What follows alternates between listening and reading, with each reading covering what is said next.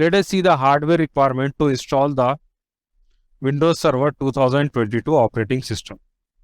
The processor, we should have minimum one processor with 1.4 gigahertz, and it should be a 64-bit processor, and maximum it supports 64 processors.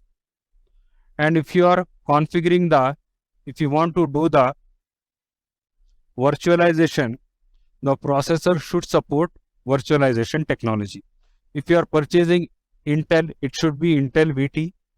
If you are purchasing AMD, it should be AMD V. And memory, if you talk about RAM,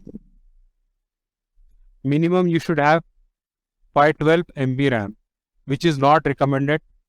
At least you should have 4 GB RAM. 4 GB RAM is recommended to install the operating system, and it supports maximum 4 TB RAM. And hard disk space, you should have at least 10 GB RAM. Again, it is not recommended.